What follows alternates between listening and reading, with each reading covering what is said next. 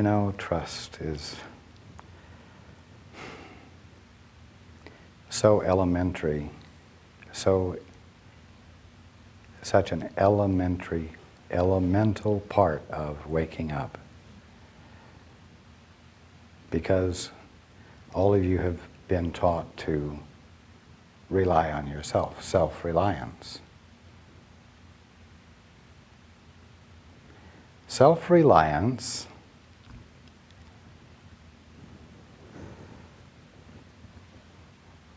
practiced means no one needs to practice trust.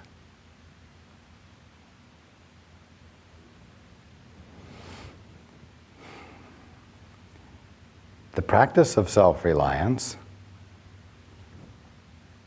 is what has separated you from God.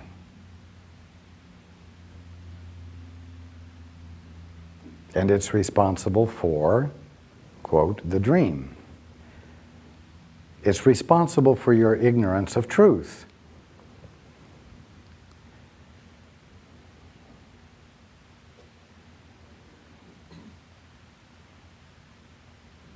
Paul walks into this room and gets up in the chair and abandons himself to trust.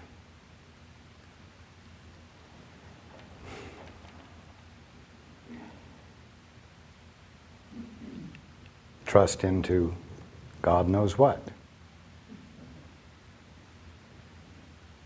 If you're not trusting into God knows what, you are trusting into things you're already confident about, and that's not trust. It's confidence.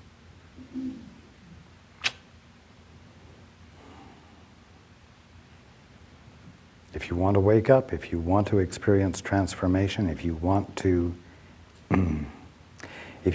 find life becoming something you don't want to get out of, you have to dare to trust into God knows what. But when you really do that, when you put your ass on the line, that's what that means, trust. And the other side of the line is God knows what.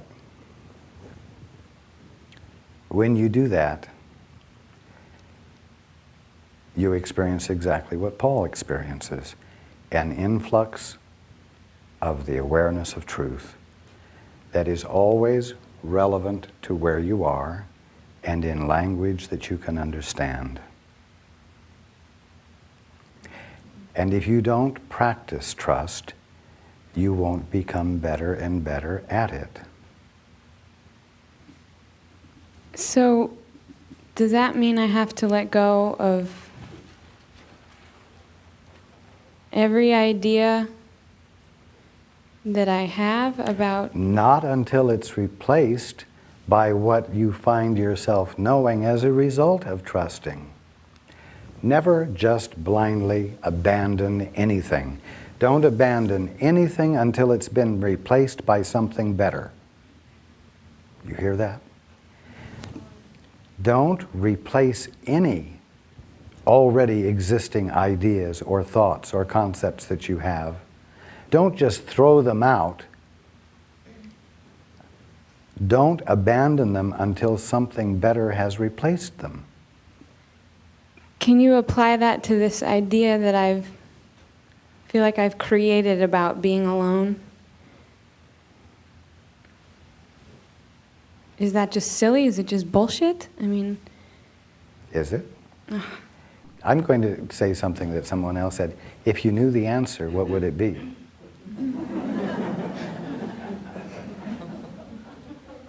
Is it bullshit? I guess I feel like saying yes. You're thinking too much. Always. It's bullshit, but I don't know where else to go. You know, I know. Okay.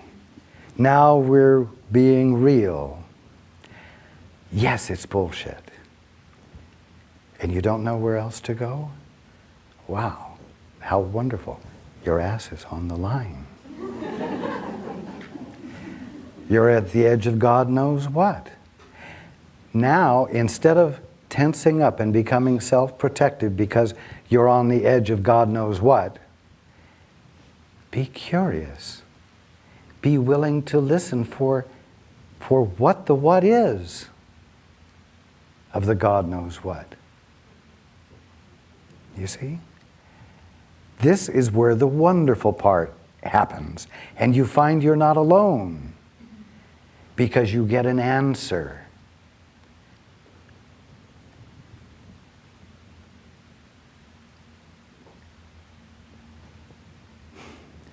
It's called the pregnant void. It's full. It's full. It seems empty. I don't know. I don't know. My problem is I don't know. The answer is that you don't know, not the problem. The answer is I don't know. And so, because you don't know, you can stop trying to know. You can stop trying to know something you don't know. And you can be quiet. And you can say, God, will you show me? You see what I'm saying? You cry because you've got this problem that you don't know what the answer is. And all of you would benefit greatly by being willing to recognize the truth of the statement, I don't know. That's a truth. It's a positive truth, not a problem. It's not a negative. You know, the saying, you can't get blood from a turnip or water from a stone, right? Well, if you don't know, you can't get an answer from a place that doesn't know, can you?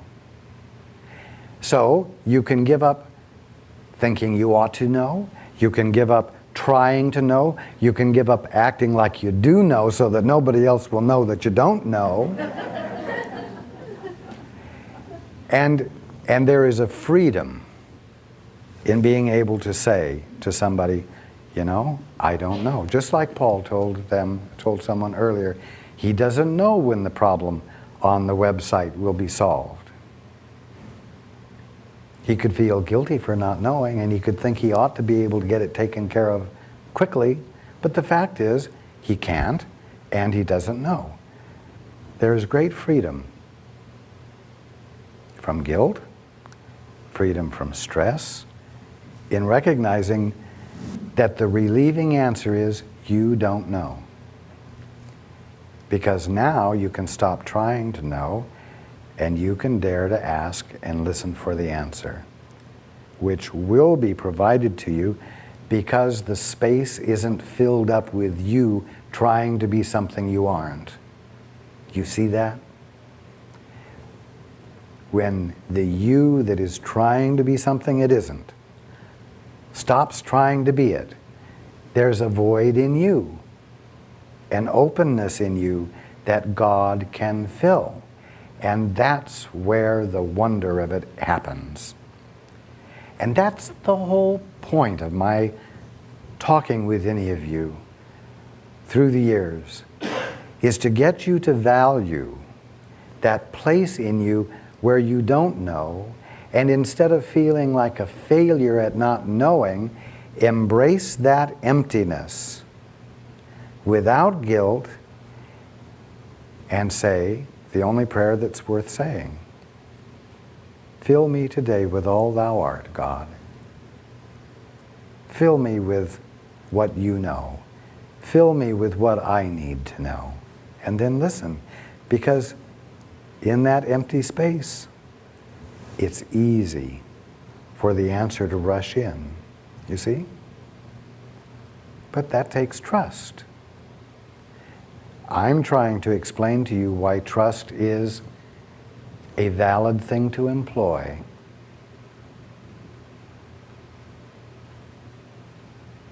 So again, don't throw anything out the window until it's been replaced by something better.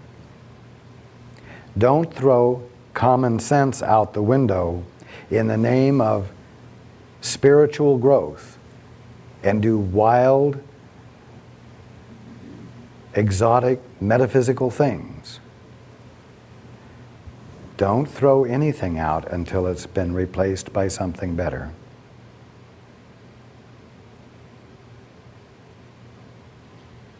Does I don't know qualify in every regard for something better? Absolutely. Always work with what you're familiar with and with the rules as you know them. But always let there be a part of you that wants to know beyond the rules and beyond the present way of seeing things, so that you leave space for insight to occur, so that you then may use that insight as your new common sense.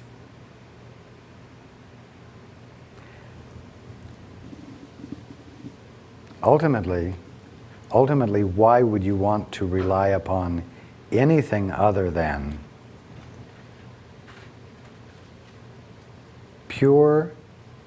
the pure infilling of God's point of view in you on an ongoing basis?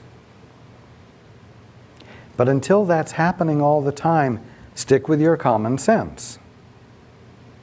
Just don't become trapped in it.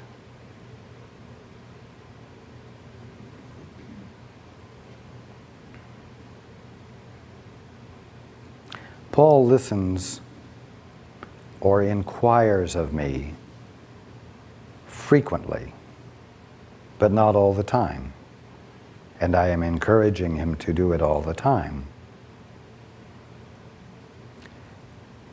I have spoken about this before. He is unwilling to do it all the time yet. It feels frightening to him. It feels like he will lose his identity. Even though the fact that he is in communion with me at this moment and stays in communion with me for 45 minutes to an hour at a time, and he hasn't lost his identity, even that still doesn't convince him to let go and be with me all the time.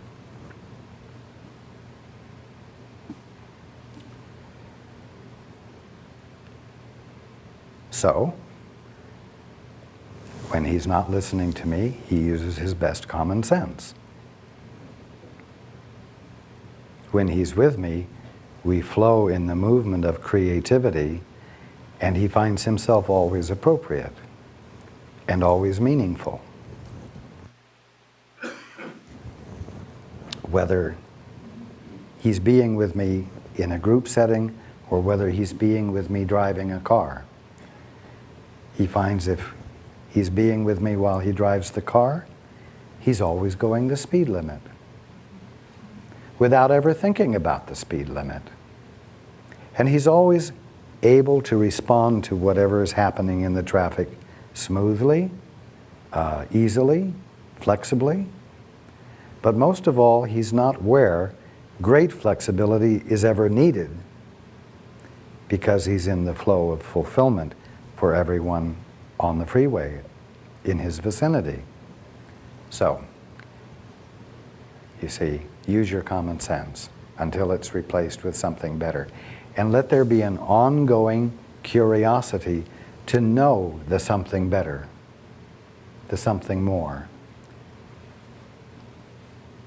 so that you make room for influx of inspiration to occur. You see?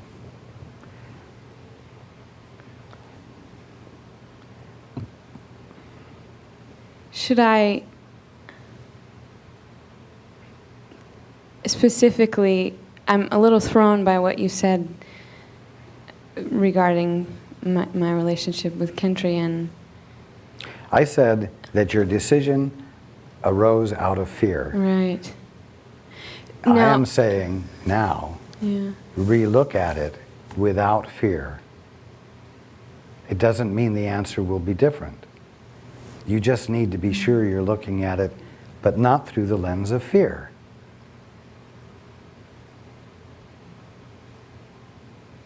And I'm going to let you just abide with that. And I want you to let inspiration occur, and I want you to leave a space in you for it to occur by recognizing that the solution to your problem of not knowing is that you don't know. Because now that you know you don't know, you can ask and be open for an answer. Thank you. I will tell you something. Getting the answer is an experience of bliss. Not earth-shaking, not with choirs of angels singing, but quiet, peaceful bliss. So, you have something to look forward to.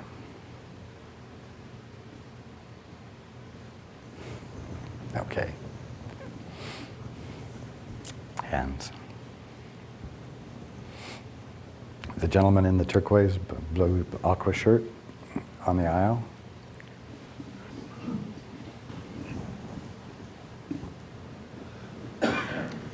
Thanks, Raj. Every time I come here, I have a question, and then I was talking to somebody earlier. It changes and evolves every time I listen to somebody's question and answer.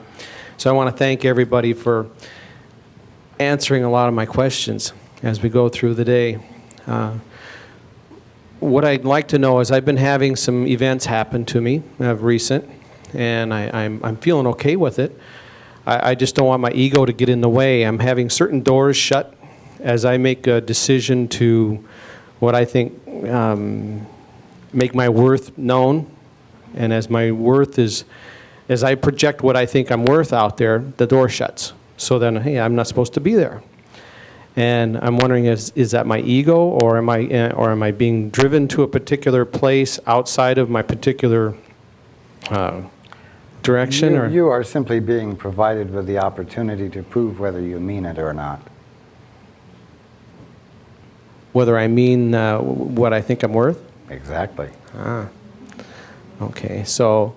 Will you back down? Will I back down from what I'm worth? Will you say you're worth less just so you can get approval? I have in the past.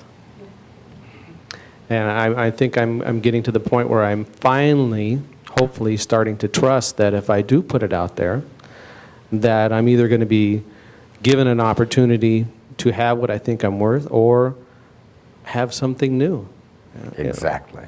And I guess what I don't want to, where I don't want to make the mistake in this is is making a decision that, gee, I'm going to be driven, like for instance, back to the island, and I don't want to be inappropriate in rushing that process, specifically between Nick and myself. And because I don't think he's ready for that. He's finally starting to get to the point where he's comfortable, and I don't want to make a decision that cuts me loose from everything in town here, that then would make me possibly want to go back to the island and then intrude on him. Yet I do feel that there's things out there that need to be cultivated. I just don't want to rush it. That's wise, but you're thinking too much also. Okay.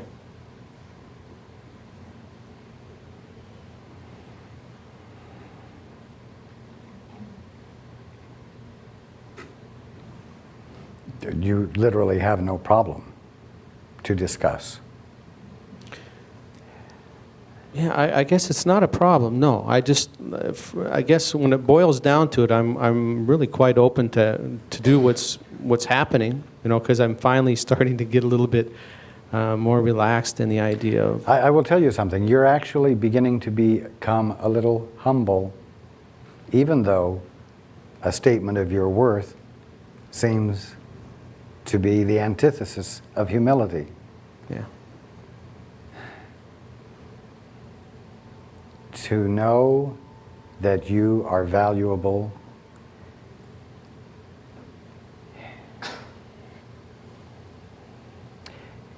is an awareness that can only come in the presence of humility.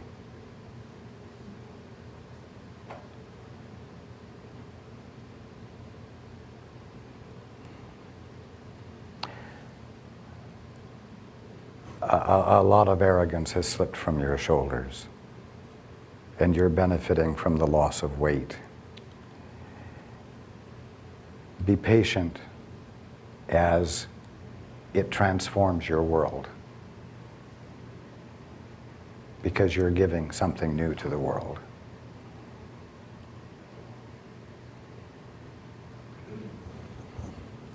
Thank you. You're welcome. Hands.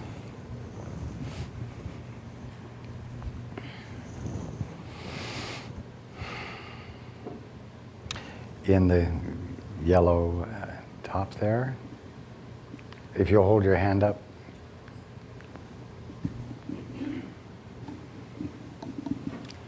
Thank you, Raj, and I want to thank everybody too. I have totally changed my question from the beginning. Yeah. Could you please explain to me, Raj, my greatest passion is this planet. Is what? This planet, I totally adore this planet, the forest, the ocean, and everything. Could you explain to me how it works, the spirit? Are there really fairies and elves? And I would love to talk to, well, not to, I do talk to trees and animals, but how do I talk with them? Thank you. Invite it. Be open to it, just like you would be open to listening to your guide. Yes, there are elementals. Yes, there are those who are awake, whose attention, whose care is connected to everything on this planet, just like your guide is with you.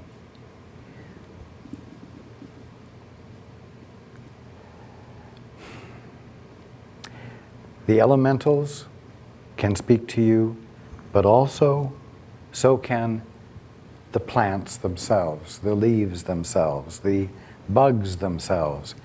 Every single thing, even the artificial leaf on this tree, has the means of conveying to you its meaning, its divine meaning, if you will open up to it.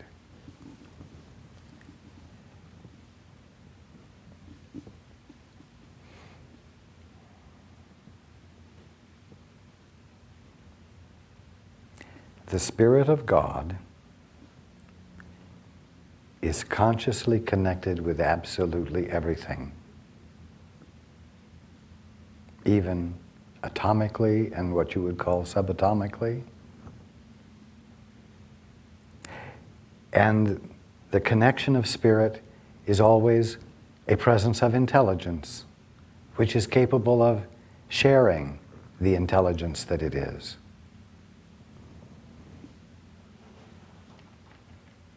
Are elementals ultimately real? Well, let me ask you this. Are you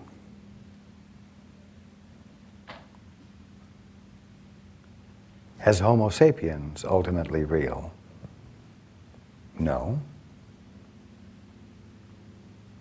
Because you don't exist as Homo sapiens, an animal on this planet.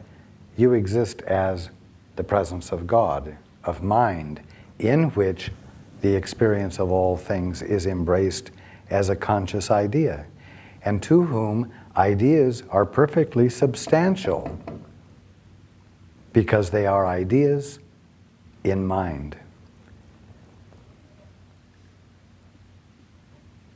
Are guides real? No. Because guides and guidance are a concept that makes sense to you,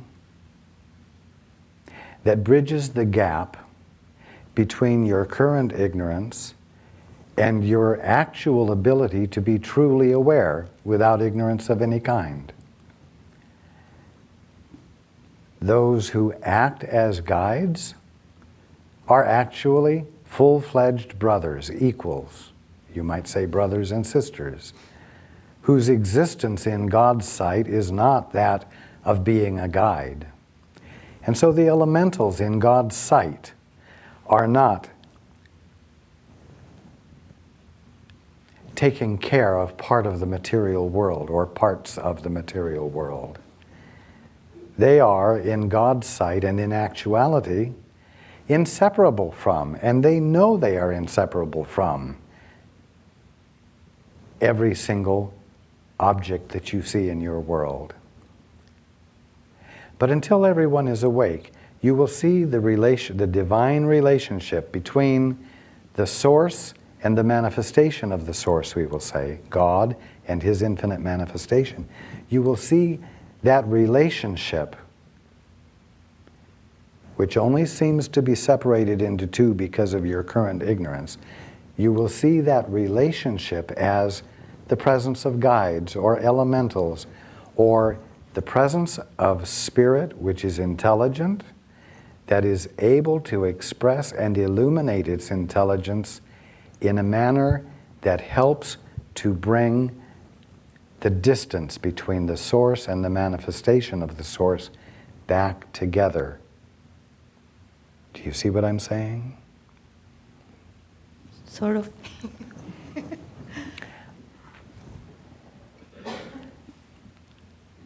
God is infinite mind. And God's infinite mind, in order to function, must be aware of something. Being all there is for it to be aware of is itself infinitely.